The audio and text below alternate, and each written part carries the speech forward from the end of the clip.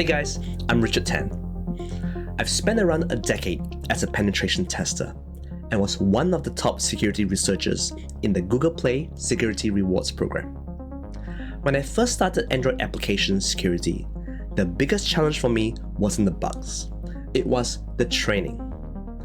Everything I needed was scattered across random blog posts, outdated PDFs, and partial YouTube tutorials. And if you've done web application testing, you know how structured the learning path is. But mobile testing? Totally different story.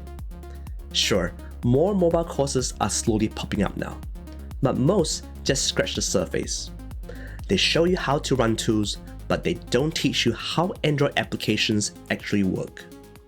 So you're left guessing, and those high-impact bugs just stay out of reach. That's why I built the course Android App Hacking Mastery.